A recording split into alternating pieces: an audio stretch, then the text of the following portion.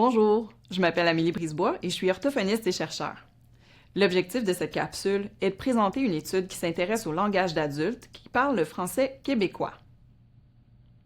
Cette étude a été faite par l'équipe du Labo Renato, dirigée par la professeure Karine Marcotte de l'Université de Montréal et publiée dans le journal The Clinical Neuropsychologist. Quand une personne consulte en orthophonie, c'est souvent pour identifier la présence ou l'absence de difficultés de langage. Pour faire une évaluation, plusieurs tests peuvent être utilisés. Le discours fait partie de ces tests. Puis pour cette étude, nous avons utilisé la tâche de description d'image du pique-nique. Quand on s'intéresse au discours, il faut avoir des indicateurs concrets de ce qui est dit. Il faut donc mesurer le langage. Or, il existe de très nombreuses mesures de discours. Et puis, même pour les orthophonistes, c'est souvent difficile de s'y retrouver. Toutes ces mesures, elles doivent être fiables. Elles doivent mesurer la bonne chose, mais aussi être stables et constantes. C'est ce qu'on appelle la fidélité. La fidélité permet de déterminer si on peut faire confiance aux résultats d'un test.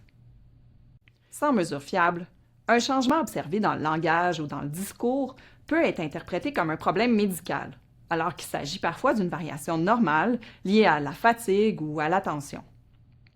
Actuellement, la fidélité des mesures est peu documentée dans les études scientifiques, ce qui complique l'interprétation des résultats pour les orthophonistes. La majorité des tests et des données publiées disponibles actuellement concernent les études sur l'anglais. Il y a donc très peu d'études publiées sur le langage parlé par les adultes du Québec. Notre étude a 3 objectifs. Le premier objectif est d'adapter la tâche de description d'image du pique-nique au français québécois. Le deuxième objectif est de vérifier la fidélité interjuge et test-retest des mesures de discours. Et le troisième objectif est de fournir des données de référence, c'est-à-dire des normes qui représentent le discours de personnes adultes locutrices du français québécois. Je vais maintenant vous présenter la façon dont l'étude s'est déroulée, c'est-à-dire la méthodologie.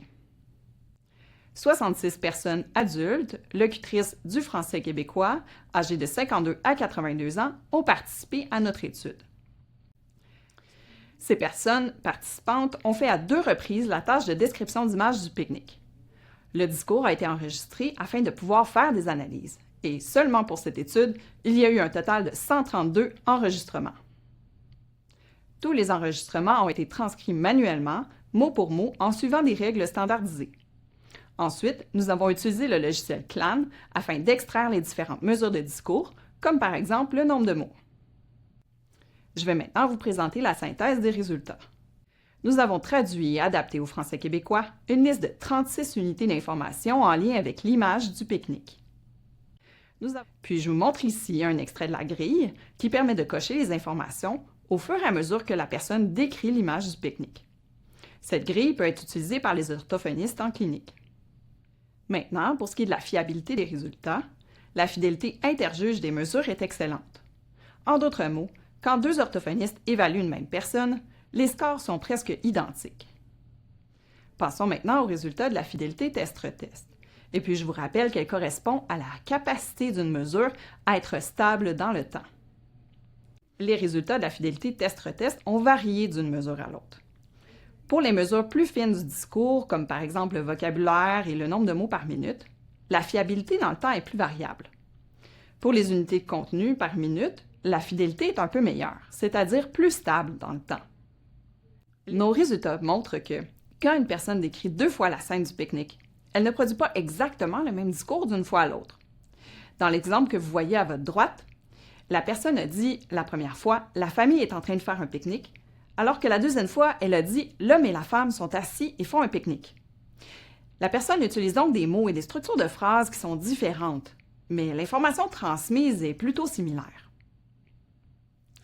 Nos résultats ont donc permis d'établir des normes de discours pour la tâche de description d'image du pique-nique. Ces nouvelles normes permettent de mieux comprendre comment les gens parlent dans le quotidien. Elles permettent aussi d'aider les orthophonistes à interpréter les résultats, c'est-à-dire évaluer la présence de difficultés de discours, documenter les changements, décrire le profil langagier et finalement comprendre les forces et les difficultés des personnes qui consultent en orthophonie. Cette étude est parmi les premières à documenter systématiquement le discours des personnes adultes qui parlent le français québécois.